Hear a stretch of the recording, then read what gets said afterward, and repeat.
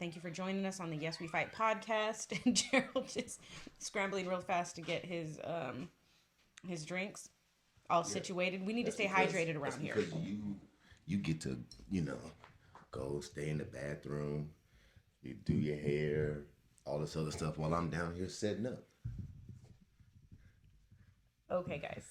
And now I gotta go get my own drink because you know what I'm saying. Oh my Married gosh, life is hard. this guy. No, well, And again, everything is on. We good. Can everybody hear us? yes, all of our Good adoring morning, fans. Good morning. everybody. So again, just so you know, this is the Yes We Fight podcast. My name is Julia Marie Mays, and this is Gerald, Mr. B. Mays. yes, I am a first grade teacher here in Las Vegas, Nevada, in the good old Clark County School District. Coming to the end of the school year, getting ready for summer, gearing up. My school is going to be torn down this coming school year, so now I have the task of packing my classroom at least 2 weeks prior to school ending. And I'm not going to lie to you, good folks out there in the world, I'm not excited about it. Teachers have been known to hoard. I will not confirm nor deny this. I will just leave it for you to decide for yourself.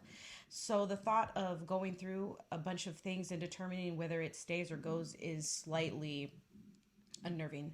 So You said unnerving. it's, it creates stuff inside my body. So I will be doing that shortly, and I'm enlisting the help of the whole entire family because it's going to be fun. Uh, but what about you? How was the week? How'd everything go? What'd you do? It was a great week actually. I lobbied for a bill to this week about evictions. What else did I do? Oh, I sat around. I worked out, Wow. and then last night we went out on date night. How Oh, did we you did. enjoy date night? Oh, date night was really fun. We went to Tapanash. If you don't know what it is a black-owned cigar lounge. Yeah, shout out Tap and Ash. They always show like the greatest They hospitality every do. single time we go. So They do. They're like so nice. how's that? Has the cigar smoke like has it like You know what? Shout out to all the people that work at Tapanash on a consistent basis because my hair is up because that cigar smoke is real strong. You don't realize it when you're in it, like you can smell it. But then when you leave, it's like it's really strong. So I don't even know like what kind of detergent, like how would you like get that out of your system because it lingers for a long yeah, time. you almost gotta like shrink wrap if Yeah. you're trying to avoid the smell. Like whatever I wore yesterday, I took it out of here because I undressed in here. I had to take it out of here because it smelled like smoke in here. That's No, how strong it is. it is. It's a So dope it is experience so and a nice. dope environment, but I recommend a cigar and what do we drink with an it? old And fashioned. an old fashioned to everybody at least once because it is a great time. It's a great experience. It's definitely a really grown and sexy look. So if you're really wanting to feel grown and sexy, Feeling a little bougie. yeah, have a little cigar. I'm with that. So no, but date night was really good. This week was really good for me, really busy. Shout out to the NAACP chapter here in Las Vegas because we had our first Hey, tea party. shout out NAACP. We had our first tea party for the women in NAACP, the WIN group, and it came out so nice. I was very thankful for everybody that came out. It came out beautifully. I hope everybody had a good time. I'm really excited for what we can do for the community. I have a love for women coming together. It's a personal passion of mine. So I'm really, really hoping we can do great things. This week, unfortunately, also for me as a teacher, it was really, really kind of hard tough on my little feels because we had another unfortunately another school shooting. So I'm not gonna lie, that kind of there's an aspect of that as a teacher that's really disheartening just because as a mom and a teacher it is scary. And when you go there you are thinking about like the well-being of the people around you and students and stuff like that. So just it's a really Yeah. tough thing So for make sure you education. say a little prayer, thought, whatever to those families. It's a unfortunate tragedy, and we never want to see things like that happen in a civilized society like what we have in America. And it's definitely unfortunate Just to say the least. right, to say the very least. There just aren't enough words. So I just wanted to say that I'm really hopeful that over this next little bit we will be able to make all of the necessary changes to to help prevent to help prevent those because sending your child or your kissing your spouse to go to school and work, just to work and period, and not have them come home is something that is just unthinkable. So, I'm hoping that we can really come together as a society and really make changes that really work towards the common good rather than what I want versus what you want, as opposed to Exactly. what we need. So I'm really hopeful for that. So, we shall see how everything works out. But no, other than that, the week's good. So I'm really excited about this topic.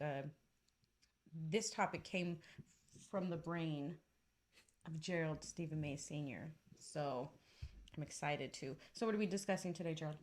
We want to talk about the state of marriage. Why does it get a bad rap? Yeah, why Why does is it it get a getting a bad bad rap? rap? Why? What have you heard? Anybody that's listening, what have you heard about marriage? It's like, why does it really get a bad rap? I don't know about you, but there's been a few times where it's like you run into somebody, and don't get me wrong, this hasn't happened like 12,000 times, but there's been a few times where it's like you run into somebody like that used to know you in high school or something. And it's like, oh, you're married. It's like, oh yeah, I'm married. Oh, to like the same person, same person, the same person. Ugh, I could never do that. Ugh, the same person. And I'm like, yeah, Yeah, the same person. Yep, the same and person. I think we also have to show credence to the fact that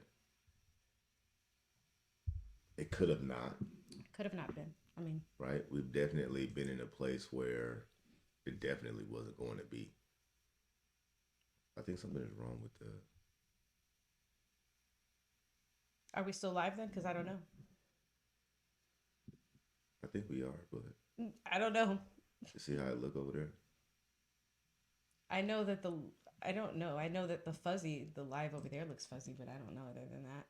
Yeah, let's go. Keep going. Yeah, I love when I get asked technical questions. It's like, do you notice that thing over there? And I'm like, yeah, that technical thing. Absolutely, I do. 100%. All right, keep going. Um. So yeah, I think yeah. I mean, we like any other couple have been through things, and no, I guess 100%. There was a time and place. I know it's really shocking everybody, but I wasn't like the air that he breathed You still or aren't. but no, I like we've been through things just like every other couple, I think. And we definitely had a few opportunities for it to not last. But in general, I think that sometimes marriage does get a bad rap, and I kind of want to talk about some of the things that we think could potentially be contributing. And this is all just dialogue, obviously. We're coming from a marriage perspective, obviously, because we're married. But I also want to put it out there that I'm not a researcher. So I don't know. These are just things that are presented to us. And I'd love to get your take on why you think marriage gets a bad rap and some of the things that you've heard, or even some of the things that you believe about marriage that would constitute it not being awesome. So, um, I think one of the things that I thought about when we were putting it together of why I thought that marriage gets a bad rap is first and foremost, I think what statistically like over 50% of marriages, are we over that mark of what 50% marriages that end in divorce? So for me, just speaking from like straight statistically, statistical place, if something is over 50% of something or over half of something is ending in divorce, then I guess it'd be safe to assume from that angle that, well, this clearly doesn't work. So if we're just talking about, so I mean, I think that some people may look at it like people that aren't married. Well, if this is ending this way at this rate, I want no parts of it. So I mean, I don't know. That could be something. Yeah, that also means that half of them do work. Well, I mean, I guess it depends on if you're the glass is half full or the glass is half empty. Yeah, But we focus more on the 50% that don't make it or the 50% that do? I Or think they are. We got to take them both into consideration, mm, right? Because they're both true, and I don't mm-hmm, think isolating one does anything, right? Like I think clearly it shows that half of all marriages fail. Why is that? mm, And I think you can look at the other half to show why they work, right? And it's an even split. So I think what we don't do in marriage is that we don't look at the ones that are successful. We don't go back and say, like, of all the marriages that you've been around, and you've been around a lot of them, right? Your parents, your grandparents, Mm-hmm. all of your uncles Oh yeah, long and lasting. aunts. They get married and they stay married forever. Until one person unfortunately Exactly. passes. My parents have been married, shout out to them, for 41 years. They just celebrated an anniversary. I believe it's 41 years they've been married. My grandparents were married before my nana passed, like 57 years. And they have a set of older siblings because my grandparents were one of like 15 because they were popping out babies back then. Because, labor was not cheap. So we had to have babies to clean and do all that stuff. We had children to help out in the farm and things. Not farm, they didn't live in farm, but like field hands, we'll call it that. And girls to take care of younger siblings. But I digress. So they have a set of older siblings that got married. And I believe they were married like 62, 63 years. So I've definitely had a lot of marriages that are long lasting. And then I have a bunch of single aunts. Then I Yeah, have a bunch of single aunts with kids, jazzy ants. jazzy older But I think ladies. the thing that I'm trying to get to is what do you think is the key component to those marriages being successful? Mm, that's a good question. I could tell I was going left there a little bit. You brought Mm-hmm. it back. Thank you. Um, Let me think. You know what? I think that the first and foremost, when I think about it, when I think of some of the really long, long marriages, is that they really, really loved each other. Yeah. Like my parents, they bicker like an old couple because they are, Mm-hmm. um, but they really love each other. Yep. And my grandparents really, really loved each other, and so And on. what does that mean? Because I think we say Mm, things I like see what you're they saying. really loved each other, but Okay. what does that actually mean as a takeaway, and what Okay. that looks like for Okay. other marriages to follow suit?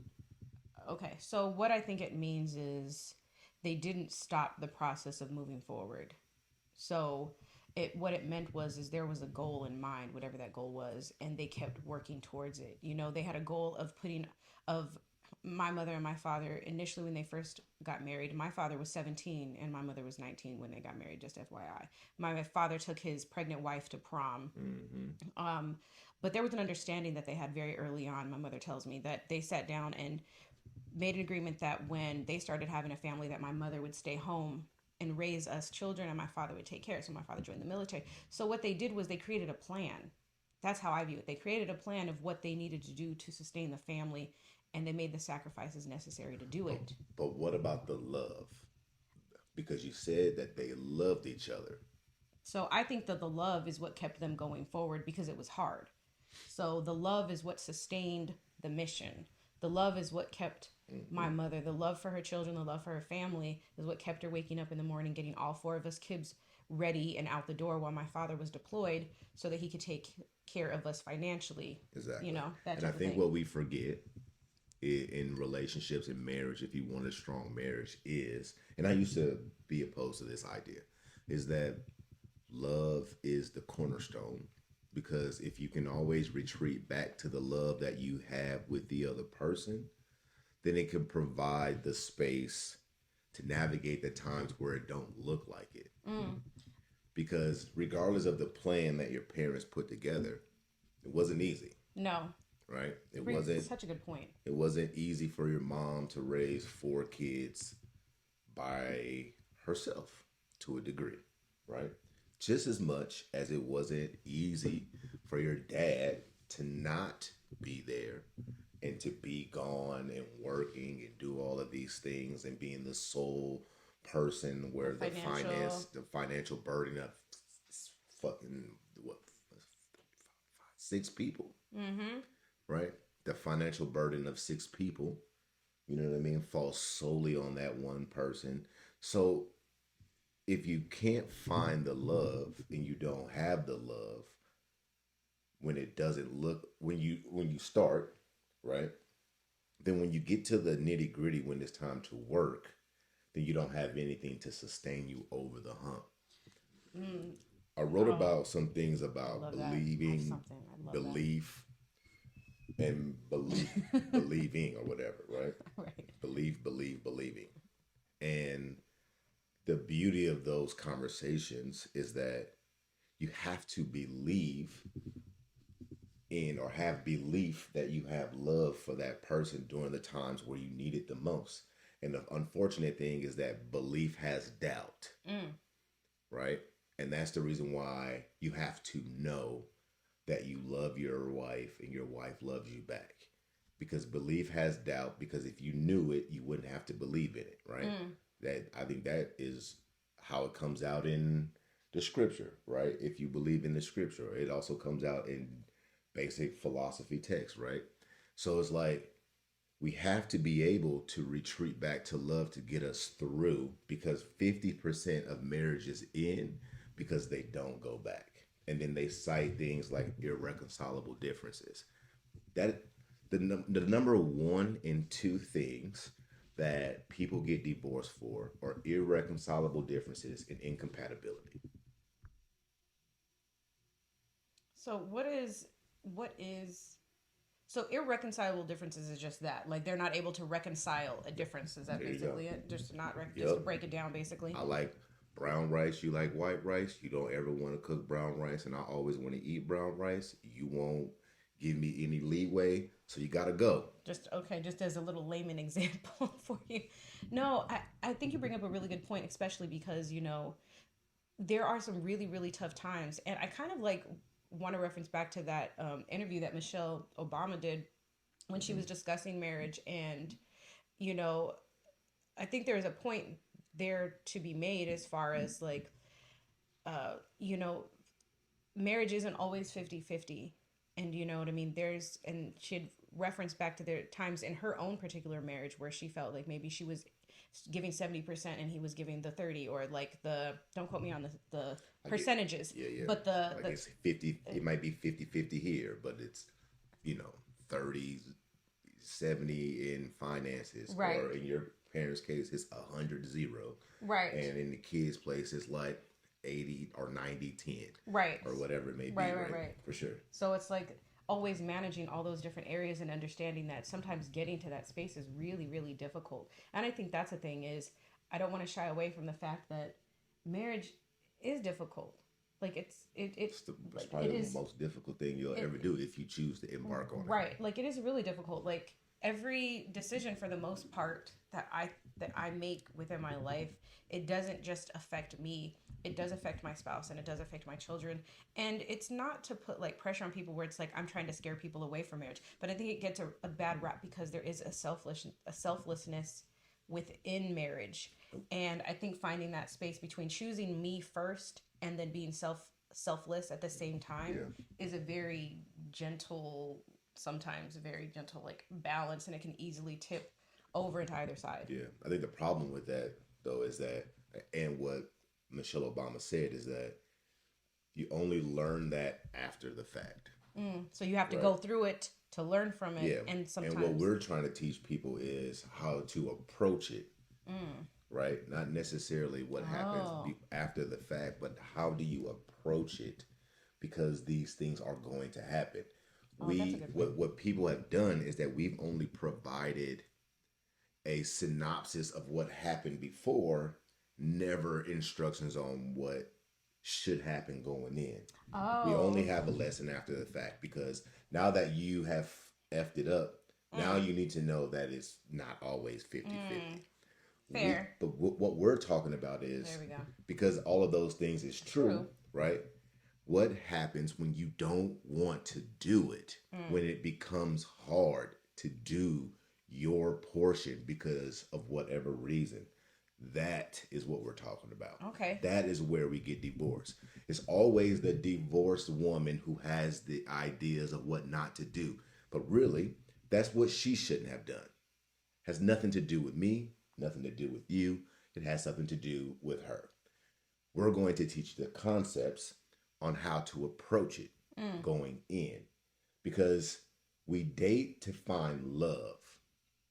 And then once we find that connective love with another person, then we have to always go back to it when the time gets tough, because you don't always make me happy and I don't always make you happy. And when you don't make me happy, right? I have to have more strategies than just anger or feelings of despair and doom and gloom. I have to be able to pull back on the things that we have done in the past. Mm-hmm. And the reason I'm in this freaking thing in the first place. And if we're on the same page Mm-hmm. and you feel the same, then we should be able to work through the bullshit, the whatever that is, that inevitably comes in all relationships. And I think what we've done is we've told people that marriage is easy or marriage is hard or marriage is this thing, but really marriage is whatever you want it to be. And the only people that need to agree are the two people in it. So, great point. Because we do talk about that marriage is hard or not hard, and then you learn from this. But I think it is a great thing to be able to talk about, like, what are some of the things that you had to focus on during some of the hard, and we're not talking about just like some of like the disastrous things that happen within marriage or stuff like that, but just actually the actual day to day of being married to another person and having children, because there's tough days, there's long days involved in that. So what kind of things would you tell people, or from an angle that they could do, or what did you focus on during some of those tough times in marriage to make through? If you want to be married, then you be married. Because what I've noticed is that I was taking a lot of advice and hearing a lot of ideas, and a lot of people were telling me how a man is supposed to be in his marriage, and none of it worked for me because I didn't want to be any of those What men. are some of the things that you were hearing? Like just like the firm nature of a man and all of this stuff that other men felt that you needed to contribute to your family. I never wanted to be that. So I struggled. So my advice is, if you want to be married to that person, right? Then make sure that it's you. Make sure that the person showing up in your marriage is the person that you're proud to be. Because if you have to work through all of these other things that you've created around it, then all I'm left with is managing my relationship from task to task. How much money I'm making, does that line up with the standard that I've created or I've learned that a man is supposed to have? How do I discipline my children? Does that line up with the standard that I have? And none of these standards have anything to do with my family. They're the standards that I've created. Respect in my household. Does my family respect me in the way that I've learned a person is supposed to get respect? But really, it's a conversation amongst the people involved so that we can come to terms with it. Because I'm only married to you. We are not married in the eyes of everyone else out here looking at us. Right. We are married to each other, which means if I am not myself and I am not talking about the things that are actually embedded in my heart, then I reduce my marriage to you to a handful of items. Okay, so it's what you're saying, just to make sure I'm on it. So if I'm hearing correctly, what you're saying is some of the things that made being married to me difficult is you had a lot of things, standards, ideas of what men had to do within their marriage. Mm-hmm. You tried to implement it and it didn't work because it didn't work for me. Right, it didn't work for, well, yes, it didn't work for you because the people that you were taking advice from, they weren't married to me. You're married to me. And our relationship is our own unique, special place. So the only person that you need to be, for the most part, communicating with about things, do's, likes, not, wants, all of it, is together. Exactly. Correct. Okay.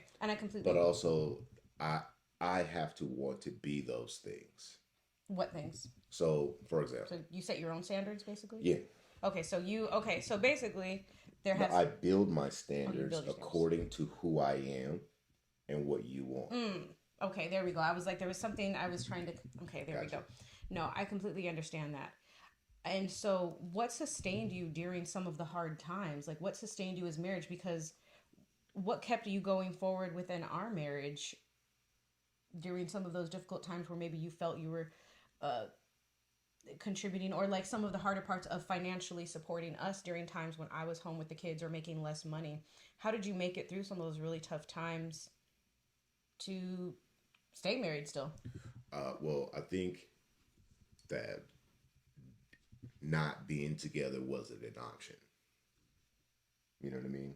But since it is an option, how did you, But it what kept you wasn't. staying? Okay, so you're saying like it just wasn't like It when you wasn't an option. I also knew that work, that all relationships are work. So whether it was you or someone else, I'm still going to have to put in just as much work, just as much effort, and I don't want to start over. yeah, because I'd have taken all the child support. Yeah, I'd have collected all of it. I bet. Oh no, I'd have you'd have collected been all tied of up. it. You'd have had to fight me. I'd have fight him too. No, no, but no, I definitely understand that. I think for me, I think your mom had put something up there earlier. I think for me, making it through my angle and my answer looks a little different from yours. But I think for me, like making it through some of the really harder times, because for me, the way that Gerald and my marriage was set up, we kind of had similar conversations in the really beginning of our relationship when we found out I was pregnant. Is there was always an understanding that I wanted to be close to the children, and Gerald wanted me to be close to the kids as well. You know, we learned really quickly that him sustaining us solely financially was not going to be an option for us at that Yeah, time. not at Not, 21 with not no education, right. no Uh, experience. we thought it was like, yeah, I'll stay home, and it's like, oh, you know what, this is really tough. So I did go back to work, but it was really difficult to be the primary person for many years, and still actually now the primary person that's making the lunches. Just as the mom, I really, really embodied all of those things of a very, for lack of a better, traditional type of uh, husband wife dynamic. You know, staying home, getting up, making sure everybody had their things, making sure that Gerald being a step ahead of everybody was for many years today till today is something that is really exhausting. And I know that a lot of other men and women within their relationship have that. And I think some of those little tiny things that we go through that are difficult, not even just like some of the BS stuff that happens in marriage, but just taking on a household is hard. And I think some of the things that sustain me through some of all of the tedious little things that keep a marriage and a family together, making sure you're all well, is understanding that there was a goal. You know, that this was only going to happen for a little while. I think I said all that to say each season of our marriage was only going to be a little while. I was only going to be a mother to young children for a little while. I was only Gerald was only going to be traveling back and forth to work um, for a short time in our life. And I think understanding that each of these little things was going to pass at some point in time, like this too shall pass type of thing, is really kind of what sustained me, as well as the understanding that Gerald and I were working towards the same goal. You know, we may have been unaligned in many areas in our marriage at different points, but I think we always were working towards a common goal. We always knew Yeah, where we were going. I So, think we were aligned on the main thing, mm-hmm. which was we knew that each other loved us regardless. Regardless of the arguing, regardless of whatever, we always came back to that. Always. Yeah. And I think you only can make it through if you can lean on what you know. Oh, And if that's a good you one. know that that other person loves you, then you can get through anything. If you know whatever it is that you need to know to build a relationship. Because for some people, it's what?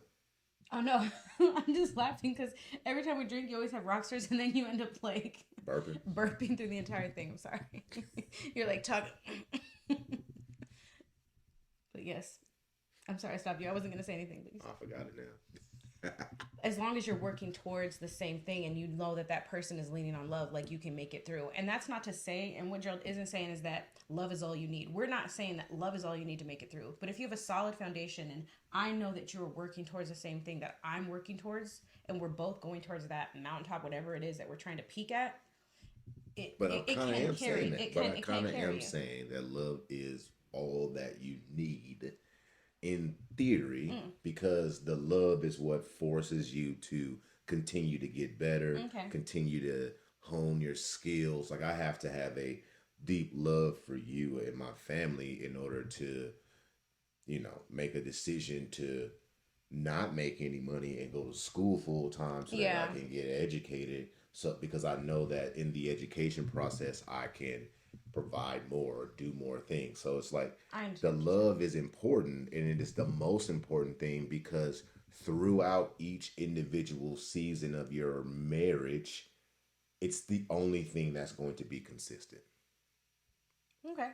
How we treat each other, what we like, those are all going to be different as I get older, the things that I like or want to do, like, because I'm trying to grow and become a better person. So if I'm trying to grow and be a better person, then I'm not going to be the same. My likes are going to change. All of these are going to change, except the love that I have for you and my family.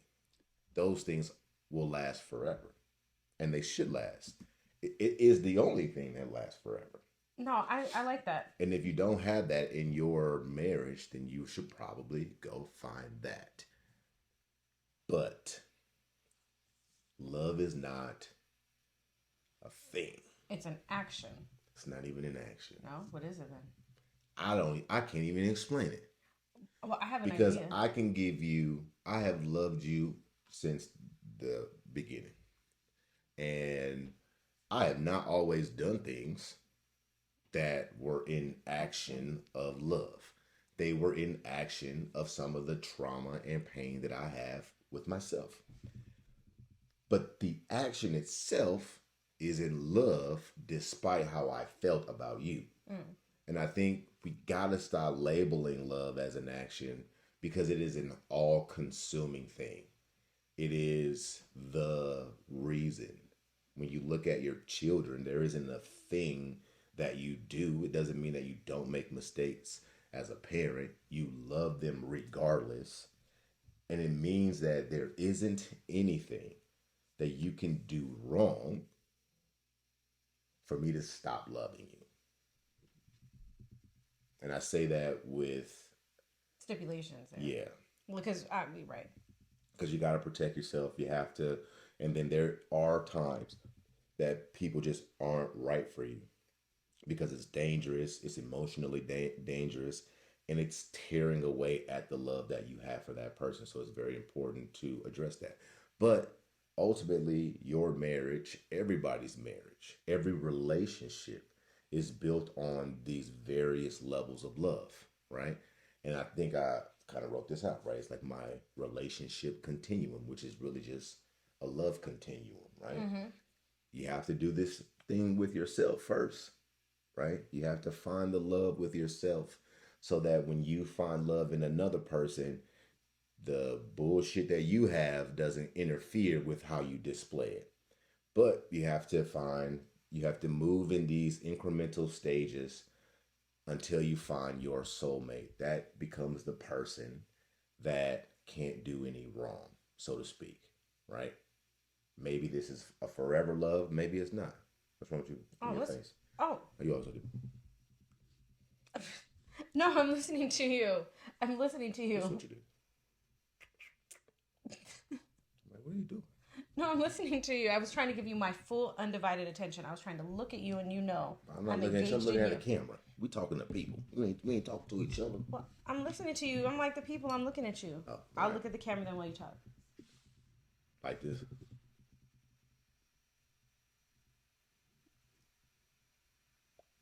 If I need to. All right. We got a question right here too. Question is, the kids is what keeps a strong marriage together. So parents have to show them what love is. I agree with the second part. I do not agree with the first part. We are going to do a full show called FDK. F them kids. Because my kids are only here for a small period of time. But this relationship and how I pour into this relationship is going to show my kids what love is. That is what shows them the love.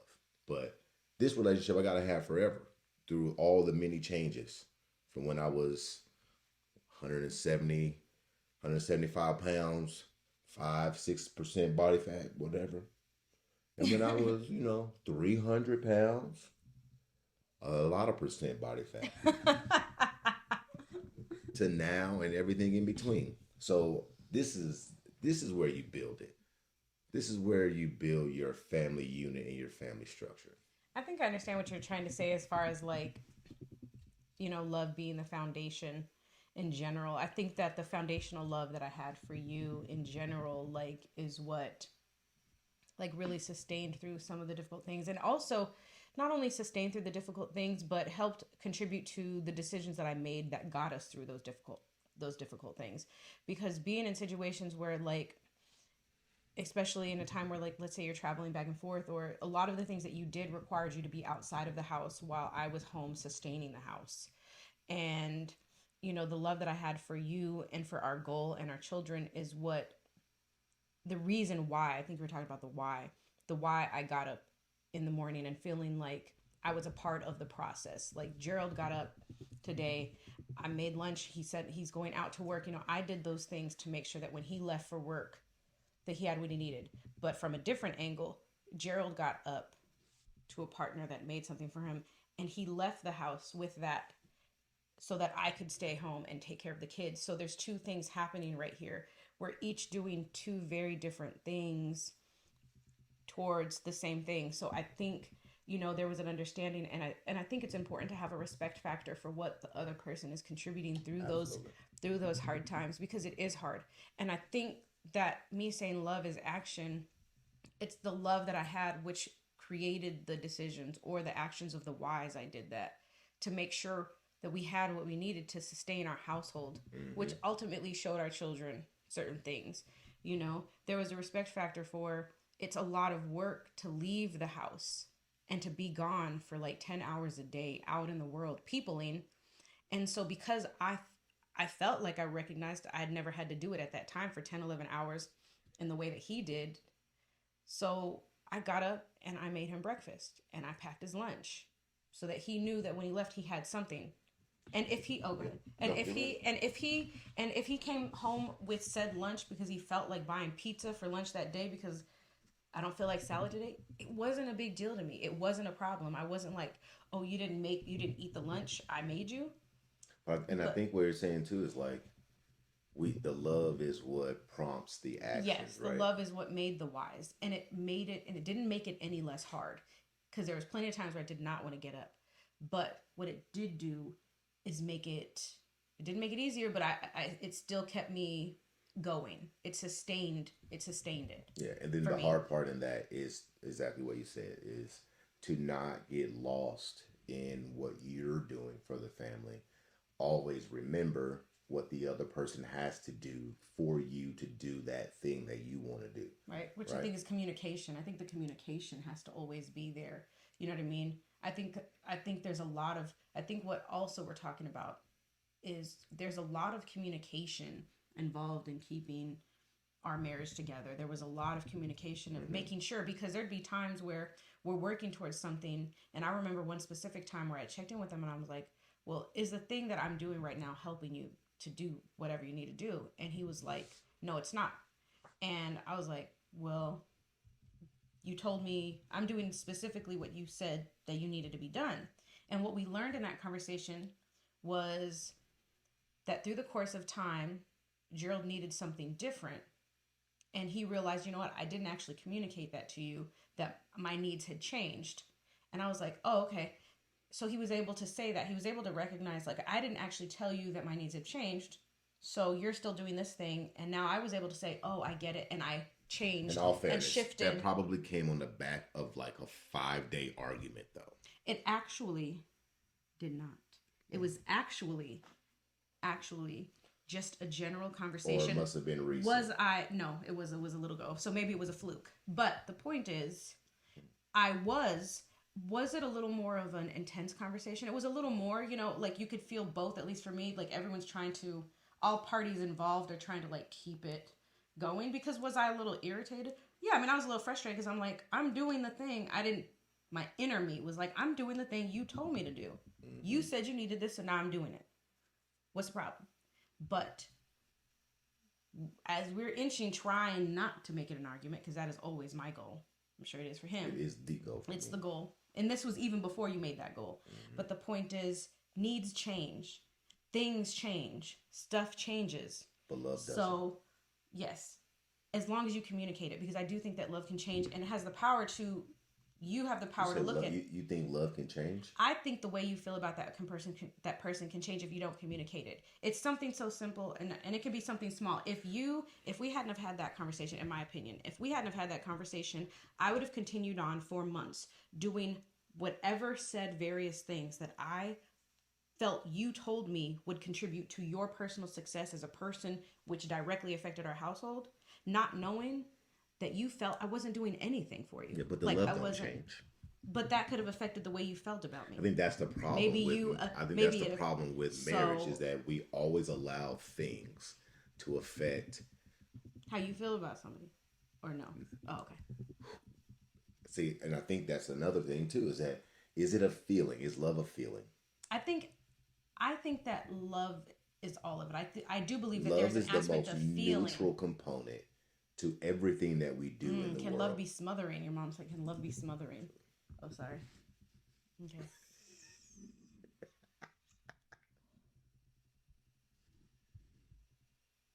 What? Read it. No, that was it. Well, I thought it pertained. You already brought it up now, so answer it. Let's go. Can love be smothering? Can it? I mean, I guess it can be. I mean, I guess if you have a person that doesn't want to leave you alone all day, I guess. I think, and this is the reason why we always argue about not argue, but why we always have these conversations in the world about love, right? Because smothering is smothering, and it has nothing to do with love. It's just smothering. You're just being smothered, right? And that's an action that should be addressed. And if you love each other, it should be an easy conversation to have, or at least a necessary one. You know what I mean? How much love is too much love? I don't think that there's any such thing as too much love. If you love someone, then you love them. I don't think that there's an amount. You just love them. I mean, I think that, well, I mean, I guess too much love, it kind of ties back to what we were originally talking about in general as far as a feeling. Mm-hmm. So going back to kind of what we were initially saying before the smothering part, if somebody is doing something that changes the way you feel about them, mm-hmm. does it have the potential to change the love that you have for them? Just as much as when I mentioned smothering, mm-hmm. it made me think of, can smothering someone change the way that you feel about them, which ultimately changes the actions that you show towards them? Because if I get up and because I love you or I feel you love me and my actions are a byproduct of that love that I feel, mm-hmm. if I feel less connected to you, mm-hmm. could it have the ability to change the way I feel and what I do for you? Which could create a circle of, she doesn't do these things for me anymore, so I'm not going to do these things anymore. Well, he doesn't this, and then now we've created a new thing off of something because we didn't communicate it, which now it can go down a path where now we're completely disconnected because now I don't love you because of all of said things. I think that's the thing that I'm asking about too, because it is a very tough thing to quantify, mm-hmm. right? It's like, but because you don't do these things, does that mean I don't love you? I don't think. And I think that's what I'm asking. It means that because you aren't willing to have this discussion mm-hmm. about an action that I don't like, that's going to change how I can show love to you, but it doesn't change how I feel about you. But that also has to be communicated, right? What? Wouldn't that have to be communicated? Because I don't disagree with anything that you're saying. Yeah, I think everything has to be communicated, but there's still in relationships a part where, you know, we love each other, but what I want is something that you can't give. And I really need that for me to continue to move in relationship or to continue to feel validated to do what I do. And it's also our way to understand who gets all of the actions in love, right? Because there are some people who I love, right? But they don't get access to me the way other people that I love get access to me. Mm-hmm. So it just determines or changes how I act, but not how I feel, if you know what I'm saying. Because I think love is, it has to be neutral. In what way?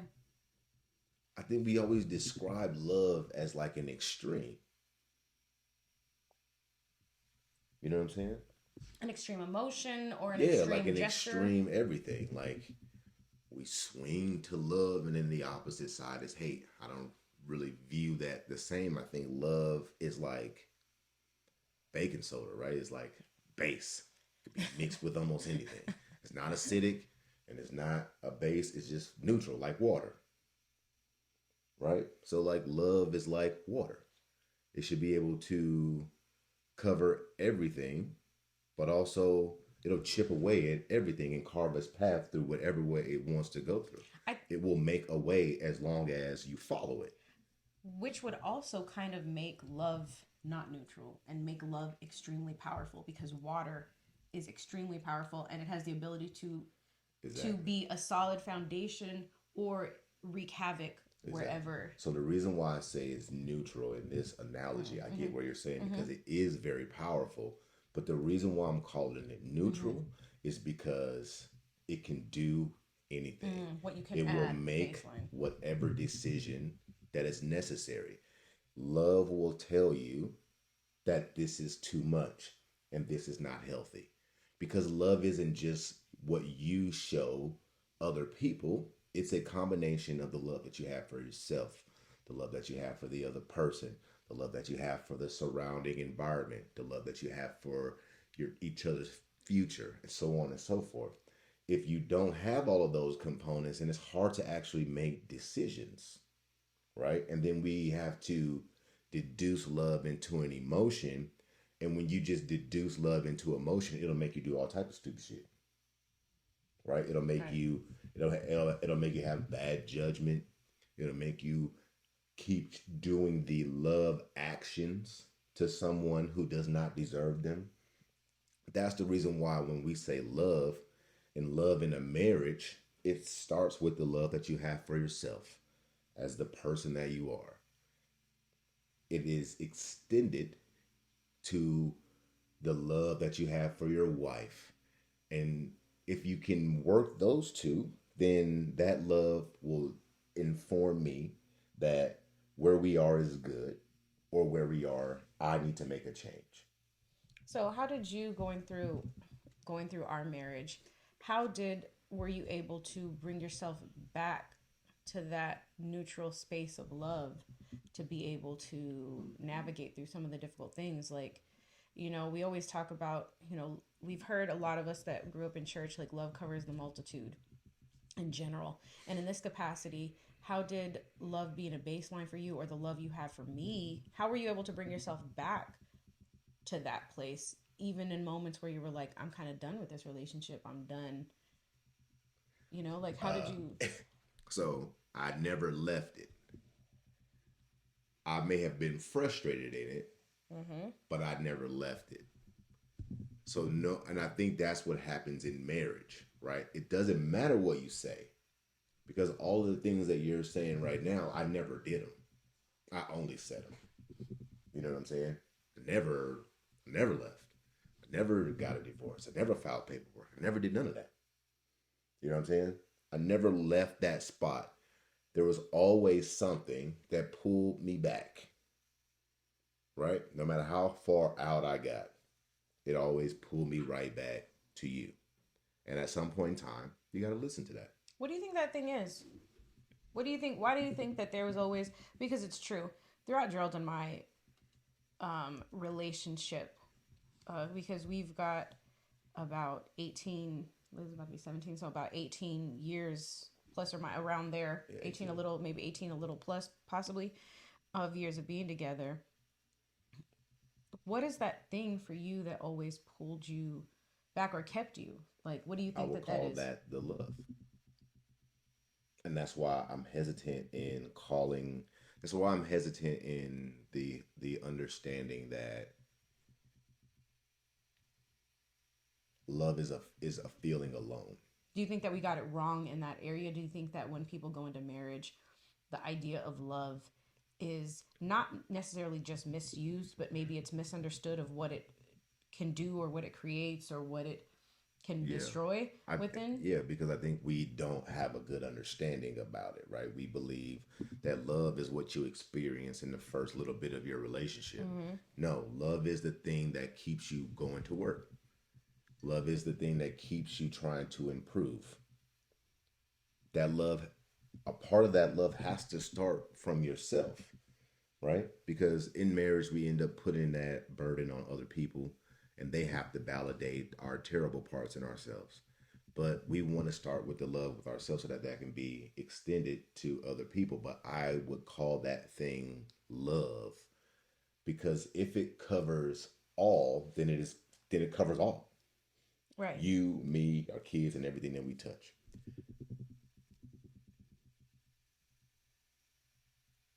Okay. I feel like this conversation kind of was all over the place, and we still didn't like fully answer it. What you think? I do feel well. I mean, maybe we didn't answer it. I feel like the conversation kept like a flow, except for the stops.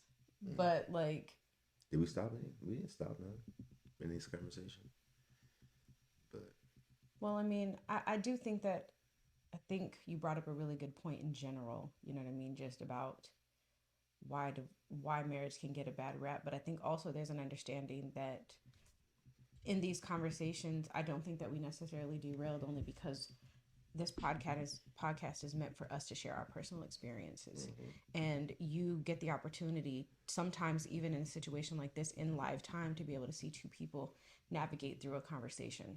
You know what I mean? You can see a little frustration, or you can see stuff that actually happens between two people and the dialogue that happens that way as well, Mm-hmm. because even with the water thing, I understand exactly what you mean by the neutrality, the neutralness of what you were saying, which in real conversation when we're having I'm like, wow, I agree with this, which also love is extremely powerful. So when we are bringing it back to the space, why does marriage get a bad rap? Maybe a part of it is because we go into it and we don't have a solid understanding of what the love that we initially brought into that marriage can do, the love that we initially brought into marriage that sustained us, that is going to keep us. But somewhere along the way, maybe we don't get it wrong. It's just that Forget. we forget about it, and we don't know what that love looks like in action. We don't know what that love looks like in conversation. We don't know what that love looks like through the difficult times, because some of us haven't. We have to stay together long enough to kind of experience some of the tough things in order to learn a lesson. Unfortunately, you have to sometimes make a mistake. And we're not talking about astronomical mistakes. We're talking about forgetting to take the chicken out because your husband or wife asked you to. Little things. If we can't make it through some of those little things and handle some of those situations with grace because you love that person, then it's going to be really difficult to stay married. I treat Gerald far different than I treat any other human being besides my children, but I still treat them differently than him. 100%. He gets a completely different thing that I have to give because I love him. Because I love him, I will choose to do these things and choose not to do other things.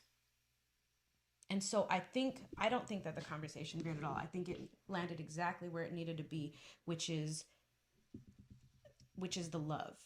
You know Mm-hmm. what I mean? I don't love you anymore is many things that I've heard from other friends about why they didn't divorce. But if you look down the path of what happened to lead to that lack of love anymore, what happened because you initially loved them? Did that love go away? No, Did it you know what I mean? it So didn't. It so just have a history of not going back to it. I didn't So now feel you're left with is a bunch of things that didn't happen and no love to cover it right. So because you never utilized it. You never went back and poured it out over some of these things. You know what I mean?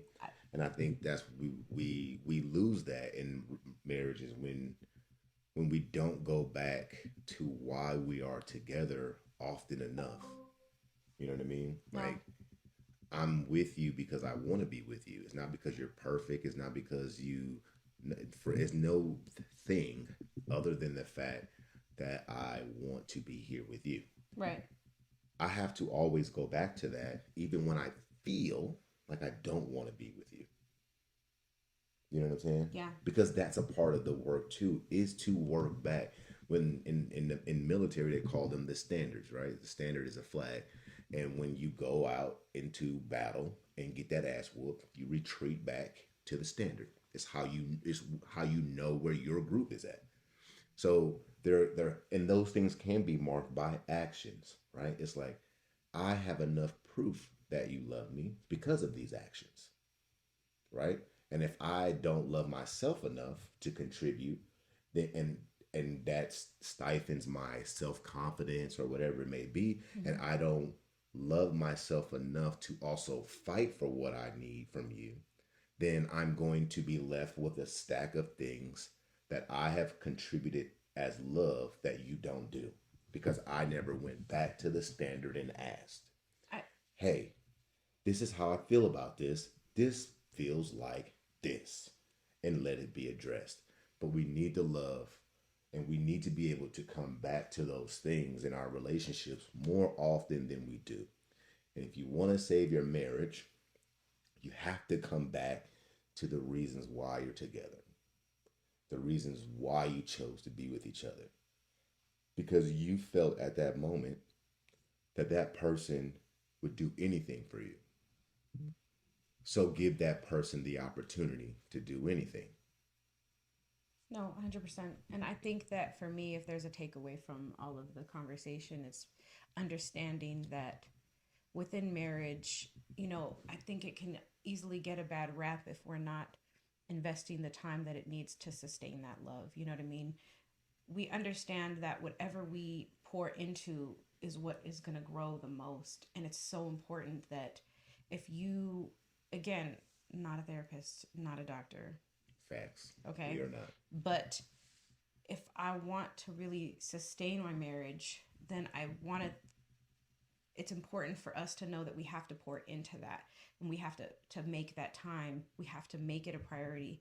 And it's not to say that things don't happen or things don't fall through the cracks, but over the long haul, if you allow for the love that you have to consistently fall through the cracks, the communication, the time that you spend together, you focus so much on the children or you're having financial difficulties, if you create a space where you're both having to navigate through that separately, it can easily break apart. And so I really want to encourage some of my people out there that are really trying to figure out their marriage, you know what I mean, to take that time. And if you first both can and agree and come together and say, this is what we want, then be gentle with yourself and start to nurture that love.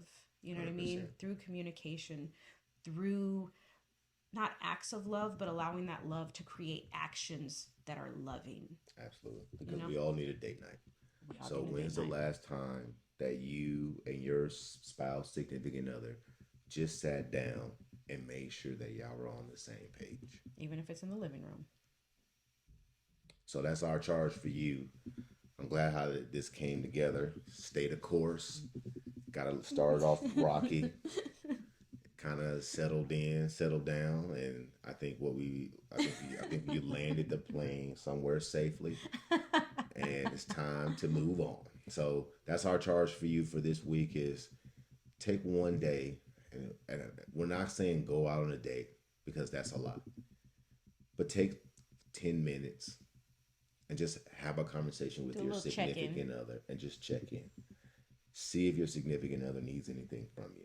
If they need some support, if they need anything, because you love them and you would do anything for them. So show them because they may need it. So thank you for listening Thank you, to everybody. the Have Yes a We good rest of Fight your podcast. Saturday. Have a great Saturday It is Saturday. and all that other good jazz. Peace.